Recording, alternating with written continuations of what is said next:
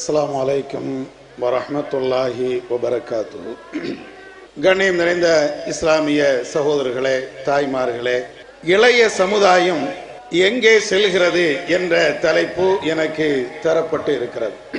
இன்றைக்கு வாழக்கூடிய இளைய தலைமுறையினர்கள் அவர்கள் செல்லக்கூடிய பாதைகள் எவ்வளவு மோசமாக இருக்கிறது, இவர்களை சரி செய்வது எவ்வாறு, இந்த இளைஞர்களை சரியான பாதைக்கு கொண்டு வருகின்ற வழிமுறைகள் என்ன, நாளை எதிர்காலத்தை தீர்மானிக்கக்கூடிய இந்த இளைஞர்கள் சரியான பாதைக்கு திருப்பிவிடப்படக்கூடிய வழிமுறைகள் என்ன, இவைகளை எல்லாவற்றையும் விளக்குவதற்குத்தான் இந்த தலைப்பு எனக்கு தரப்பட்டு இருக்கிறது. இன்றைய கால சூழ்நிலைகளிலே இளைய தலைமுறைகள் எப்படியெல்லாம் செல்கிறார்கள் என்பதை அன்றாடம் நாளிதழ்களை, செய்தித்தாள்களை படிக்கக்கூடியவர்கள் தெளிவாக புரிந்திருப்போம். இளைஞருடைய செயல்பாடுகள் பெரியவர்களையும் இந்த நாட்டிலே நம்பிக்கை வைத்திருக்கக்கூடியவர்களையும் மிகவும் அதிர்ச்சிக்குள்ளாக ஆக்கக்கூடிய காட்சிகளைத்தான் நாம் பார்க்க முடிகிறது. இந்த இளைஞருடைய போக்கு மிக மிக மோசம் என்று சொன்னால் அதிலே மிகை ஆகாது. அந்த அளவிற்கு மிக கொடுமையாக செல்கிறார்கள். சில உதாரணங்களை சொன்னால், இளைய தலைமுறை எவ்வளவு கேடு கட்டி தங்களுடைய வாழ்க்கையை சீரழித்து சின்ன பின்னமாக ஆக்கி இருக்கிறார்கள் என்பதை புரிந்து கொள்ள முடியும். சமீபத்தில் ஓராண்டுக்கு முன்னால் அல்ல, ஈராண்டுக்கு முன்னால் அல்ல, சமீபத்தில் நடந்த சில நிகழ்வுகளை சொன்னால் இளைய தலைமுறையுடைய போக்கு என்ன என்பது நம்முடைய சிந்தனைக்கு தெளிவாக புரிந்துவிடும். ஒரு 2 அல்லது 3 நாட்களுக்கு முன்பு மகாராஷ்டிரா மாநிலத்திலே நடந்த ஒரு நிகழ்வு. ஒரு பெண், ஏறத்தாழ 17 வயது மிக்க ஒரு பெண், இவள் தற்கொலை செய்து கொள்கிறாள். கல்லூரியிலே படிக்கக்கூடிய இந்த பெண்ணு தன்னுடைய உயிரையே அவள் இழந்து விடுகிறாள். என்ன காரணம்? அவர் இறந்ததற்கு பின்னால், தற்கொலை செய்து கொண்டதற்கு பின்னால் அங்கே இருக்கக்கூடியவர்கள், போலீஸ் காவல்துறையை சார்ந்தவர்கள் அந்த பிணத்தை கைப்பற்றி விசாரணை மேற்கொள்கிறார்கள். அந்த பெண் சாவதற்கு முன்னால் ஒரு கடிதத்தையும் எழுதி வைத்திருக்கிறாள். என்ன கடிதம் என்றால், என்னை பேஸ்புக்கிலே சாட்டிங் விளையாட விட மாட்டிருக்கிறார்கள், இன்டர்நெட்டிலே என்னுடைய நேரத்தை கழிப்பதற்கு அனுமதி தர மாட்டிருக்கிறார்கள், என்னுடைய பெற்றோர்கள், என்னுடைய உறவுக்காரர்கள் என்னை எங்கேயும் வெளியிலே செல்ல விட மறுக்கிறார்கள். எனவே இந்த கட்டுப்பாடான இந்த உலக வாழ்க்கை எனக்கு தேவையில்லை, எனவே நான் தற்கொலை செய்து கொள்கிறேன் என்று சொல்லி அந்த பெண்ணு தற்கொலை செய்வதற்கு காரணமாக இந்த கடிதத்தை எழுதி வைத்து விட்டு சாகிறாள். என்ன செய்ய முடியும்? எந்த பெற்றோராக இருந்தாலும் பேஸ்புக் என்று சொல்லப்படுகின்ற சமூக வலைத்தளங்களிலே இந்த பெண்கள் சீரழிவதை யார்தான் தாங்கிக் கொள்ள முடியும்? நம்முடைய பெற்றோர்கள் சொல்வதை போன்றுதான் அந்த குழந்தையினுடைய பெற்றோரும் சொல்லி இருக்கிறார்கள். ஒரு பெண் சீரழிவதை எந்த தாயும் அனுமதிக்க மாட்டாள். ஒரு பெண் நாசமாக போவதை எந்த தந்தையும் அனுமதிக்க முடியாது. இரவு நேரத்திலே 12 மணிக்கு தன்னிச்சையாக நடு ரோட்டிலே ஒரு பெண் வீதி உலா வருகிறாள் என்றால் இதை எந்த தாயாவது பொறுத்துக் கொள்ள முடியுமா? அந்நிய ஆடவர்களோடு ஒரு பெண் ஆபாசமாக பேசுகிறார் என்றால் எந்த அண்ணனாவது தம்பியாவது இதை ஏற்றுக்கொள்வானா? மதத்தை கடந்து, நாட்டை கடந்து எந்த மனிதாபிமானம் உள்ள எவனும் இதை ஏற்றுக்கொள்ள மாட்டான். ஆனால் இந்த பெண் ஒரு சுதந்திரத்தை கேட்கிறது. பேஸ்புக் என்று சொல்லப்படுகின்ற அந்த சமூக வலைதளத்திலே என்னுடைய ஆண் நண்பர்களோடு நான் கொஞ்சம் குழாவுவேன், அந்த ஆண்களோடு நான் பேசுவேன், அந்த ஆண்களோடு என்னுடைய கருத்துக்களை நான் பரிமாறுவேன், அந்தரங்க செய்திகள் எல்லாவற்றையும் நான் அந்த ஆண்களோடு பேசிக் கொள்வேன். இதற்கு என்னுடைய தந்தை குறுக்காக நிற்கலாமா? என்னுடைய தாய் இதை எதிர்க்கலாமா? என்னுடைய குடும்ப நண்பர்கள் இதை ஆதரிக்காமல், இதை அரவணைக்காமல், இதை எதிர்த்து பேசினால் நான் எப்படி வாழ்வது? கொஞ்சம் யோசிச்சு பாருங்க. இதற்காக வேண்டிய தற்கொலை. எனக்கு இந்த வாழ்க்கை தேவையில்லை, இந்த உலகம் எனக்கு தேவையில்லை, செத்து தொலைக்கிறேன் என்று அந்த பெண் சாவை தன்னுடைய வாழ்க்கை நெறியாக எடுத்துக்கொண்டு சாவுகிறாள். இது மாத்திரமில்லை, ஒரு 15 அல்லது 20 நாட்களுக்கு முன்பு சென்னையிலே நடந்த ஒரு செய்தி. இதையும் நீங்கள் பத்திரிகையிலே படித்திருக்கலாம். என்ன செய்தி? ஒரு பெண், அது இளம் வயதை சார்ந்த ஒரு பெண், திருமணமாகி சில வருடங்கள் ஆகியிருக்கிறது. அந்த பெண்ணுக்கு ஒரு குழந்தையும் இருக்கிறது. மாப்பிள்ளை வெளிநாட்டிலே இருக்கிறான். மாப்பிள்ளை போய் ஒரு 6 மாசம் அல்லது 7 மாசம் இருக்கும். மாமியாருடைய வீட்டில் இந்த பெண் வாழுகிறாள். குழந்தையோடு இவளும் வாழ்ந்து கொண்டு இருக்கிறாள். வாழ்ந்தால் அந்த மாமியாருடைய தலையில அம்மிக்கல்ல போட்டு தூக்கி எறிந்து மாமியாரையே கொலை பண்ணிடுறான். என்னப்பா மாமியாருக்கும் மருமகளுக்கும் உள்ள பயங்கரமான வாரம் என்ன? மாமியார் இந்த பெண்ணை ஏசினாளா? மாமியார் இந்த பெண்ணை கொடுமைப்படுத்தினாளா? மாமியார் வேற ஏதாவது கஷ்டத்தை இந்த பெண்ணுக்கு கொடுத்தாளா? ஒரு கஷ்டமும் கொடுக்கல. சமையல ஏதாவது குறை சொன்னாளா? மருமகள் சமைச்ச இந்த சாப்பாட்டுல உப்பு இல்ல, புளி இல்ல, வேற எந்த சுவையும் இல்ல, எனவே நீ சாப்பிடாத என்று சொன்னாளா? அது மாதிரி எதையுமே சொல்லல. பிறகு எதற்கு அம்மிக்கல்லை தூக்கி போட்டு மாமியார் கொலை செய்யப்பட வேண்டும் என்று நீங்கள் பார்த்தீர்கள் என்றால் ஒரு ஆச்சரியமான, ஒரு அற்பமான ஒரு காரணம். என்ன காரணம்? இந்த பெண்ணை எப்பொழுது பார்த்தாலும் யாருடையாவது செல்போன்ல பேச்சு. மாப்பிள்ளை உள்ளூர்ல இல்ல, மாப்பிள்ளை வெளிநாட்டில் இருக்கிறார், மாமியார் கூட இருக்கிறான், குடும்பத்துக்காரங்க அக்கம் பக்கத்துல இருக்கிறாங்க. இந்த பெண்ணை பேசுவதெல்லாம் யாரோட பேசுறாள் என்று யாருக்கும் தெரியல. எப்ப பார்த்தாலும் பேச்சு, மணிக்கணக்கில் செல்போன்ல பேச்சு. இத அந்த மாமியார் கேட்கிறார். ஏமா நீ செல்போன்ல பேசுற? யாரிடத்துல நீ பேசுற? உனக்கும் அவனுக்கும் உள்ள தொடர்புகள் என்ன என்று கேட்டால் மருமகள்கிட்ட இருந்து பதில் இல்லை. நான் யாரோடனாலும் பேசுவேன், எப்படினாலும் நான் பேசுவேன், நீ எது அதை கேட்கலாம்?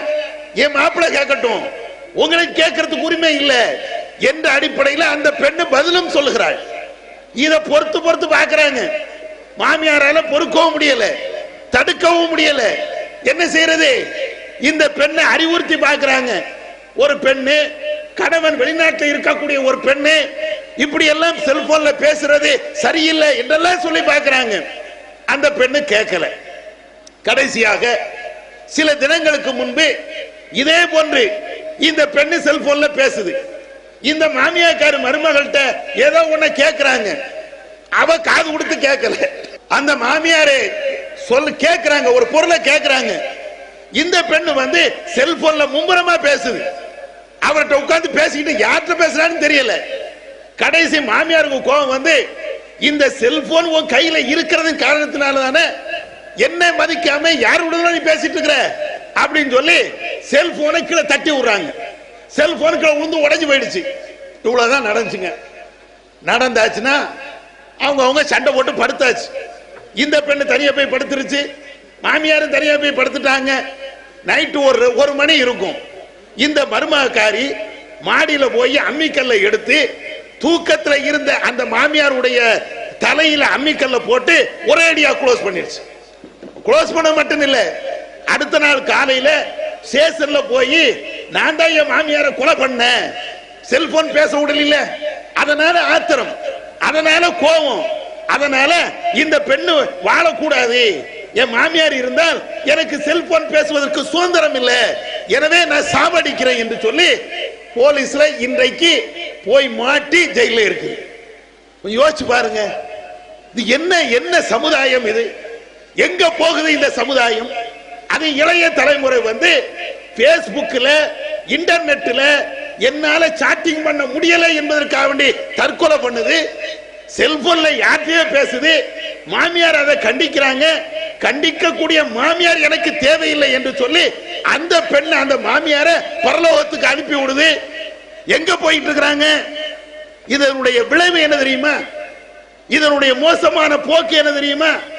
சமீபத்தில் சென்னையில் ஒரு ஆய்வு மேற்கொள்கிறார்கள். படிக்கக்கூடிய மாணவர்கள், என்ன படிக்கக்கூடிய மாணவர்கள், கல்லூரில் படிக்கக்கூடிய மாணவர்கள் அல்ல, பள்ளிக்கூடங்களில் படிப்பாங்களே, ஒரு 9th படிக்கக்கூடிய மாணவன், 10ஆம் வகுப்பு படிக்கக்கூடிய மாணவன், 11 12வது படிக்கக்கூடிய மாணவர், இவருடைய நிலைகளை சமூக சில பேர் சேர்ந்து ஆய்வு செய்கிறார்கள். அந்த ஆய்வுடைய ரிசல்ட் என்னன்னு கேட்டா, 13 வயசுல இருந்து 18 வயசு வரையில் உள்ளவர்கள் கடுமையாக வன்முறைக்கு ஆளாக்கப்படுகிறார்கள். அவங்க வன்முறையை தூண்டுகிறார்கள் அல்லது வன்முறையில இறங்குகிறார்கள் அப்படின்னு சொல்லிட்டு சில விஷயங்களை அவங்க தெளிவுபடுத்துறாங்க. ஒரு பையனுக்கு அவங்க வீட்டில இருந்து செல்போன் கொடுத்துறாங்க. செல்போன் கொடுத்தால் பேசுவதற்கு அதுக்கு காசு வேணும். காசு இவன் சம்பாதிப்பதற்கு வழி இருக்காது. வீட்டில தான் போய் காசை கேட்பான். அவனுடைய அத்தாட்ட அவங்க வாப்பட்ட போய் காசு கேட்பான். ஒரு நாள் 2 நாள் கொடுப்பாரு. இவன் டெய்லி கேட்டானா தரமாட்டாரு, அடிக்கடி கேட்டாலும் தரமாட்டாரு, எரிச்சல் அடைவார். எல்லா பெற்றோர்களுக்கும் இருக்கக்கூடிய ஒரு விஷயம். இவனுக்கு காசு கிடைக்கல. அதனால் இந்த பருவத்து மாணவர்கள், 9வது படிக்கக்கூடிய மாணவன், 10வது 11 12வது படிக்கக்கூடிய மாணவர்கள் அடுத்து அவங்க என்ன செய்யறாங்கன்னா, வீட்டில் போய் திருடுறாங்க. தன்னுடைய சொந்த வீட்டிலேயே திருட்டு பழக்கமே இவங்கள்ட்ட தான் நடக்குதான். ரொம்ப ஜாக்கிரதையா இருக்கணும். இது நான் சொன்னது இல்ல, ஆய்வுகள் சொல்லுகிறது. அரசாங்கங்கள் எடுக்கக்கூடிய ஆய்வுகள் சொல்லுகிறது. இவர்கள் வீட்டில் போய் தங்களுடைய வீட்டிலேயே திருடுகிறார்கள். பீரோல நீங்க காசு வச்சிருப்பீங்கல்ல, உங்களுக்கே தெரியாம அந்த காசை இவங்க எடுக்கிறாங்க. அல்ல நகை வச்சிருப்பீங்கல்ல, உங்களுக்கே தெரியாம அந்த நகையை எடுத்து எங்கேயா கொண்டு போய் விற்கிறாங்க. ஏன்? செல்போன் பேசணும். அந்த வெறி, அந்த வெறியினுடைய காரணத்தினால இவ்வளவும் செய்யறான்.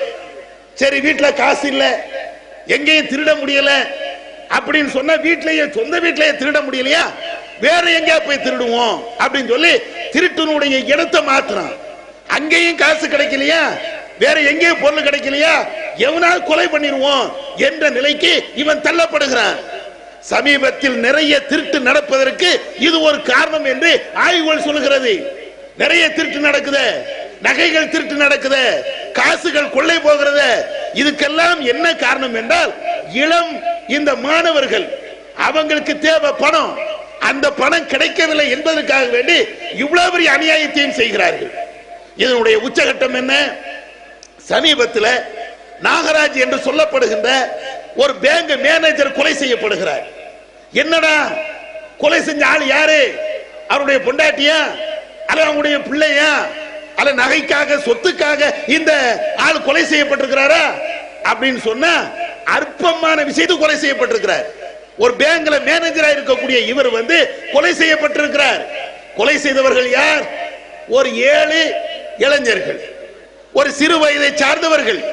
இந்த 7 பேரும் இந்த நாகராஜ போட்டு தள்ளி இருக்கிறாங்க. என்னப்பா, இந்த நாகராஜோடு இந்த 7 சிறுவர்களுக்கும் பழக்கம் இருந்திருக்குது. இவரும் அந்த பிள்ளைங்களும் சேர்ந்து தண்ணி அடிப்பாங்க, ஒரே குடிக்கிறது. இதுதான் மேட்ரு. இந்த குடியில மாறி மாறி தகராறு வரும்போது 2 பேருக்கும் கோபம் வந்த உடனே இவங்க எல்லாரும் சேர்ந்து ஒரு அணியா இருந்து அந்த ஆளை போட்டு தள்ளிட்டாங்க. இப்ப அந்த 7 பேரும் ஜெயில இருக்கிறாங்க. எங்க போகணும் யோசிச்சு பாருங்க. இந்த இளைய தலைமுறைகள், சின்ன பிள்ளைங்க எவ்வளவு மோசமா போயிருக்கிறாங்க அப்படின்னு யோசிச்சு பாருங்க. இதனாலதான் சமீபத்தில் டெல்லியில உயர் நீதிமன்றம், டெல்லியினுடைய உயர் நீதிமன்றம் ஒரு தீர்ப்பு அளிக்கிறது. என்ன தீர்ப்பு? 13 வயசு அல்லது 14 வயசு இத மாதிரி உள்ளவர்கள் இணையதளத்தையே பார்க்க கூடாது. அவர்கள் இணையதளத்தை எல்லாம் பார்க்க கூடாது.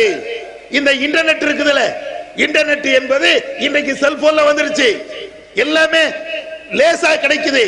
இதை பார்க்க கூடாது என்று டெல்லியினுடைய உயர் நீதிமன்றம் சட்டமே போட்டிருக்குது. ஏன் சட்டம் போடுது? இவன் இன்டர்நெட்ல போறான், இணையதளத்தை பார்க்கிறான், அதனுடைய காட்சிகளை பார்க்கிறான், அதனுடைய விவகாரங்கள் இவனுக்கு என்னன்னே வழங்கல, அதை எல்லாத்தையும் பார்த்துட்டு கத்தி எடுக்கிறான், துப்பாக்கி எடுக்கிறான், யாரைனாலும் குத்துறான், யாரைனாலும் கொல்றான். அந்த கலாச்சாரம் நீங்க நடக்குது. ஒண்ணு வேண்டாம். சமீபத்தில் டெல்லியில இந்த மெடிக்கல் காலேஜ் மாணவிய, மருத்துவ கல்லூரியில் படிக்கக்கூடிய மாணவிய கற்பழிச்சு கொலை செஞ்சாங்களே, யாரு?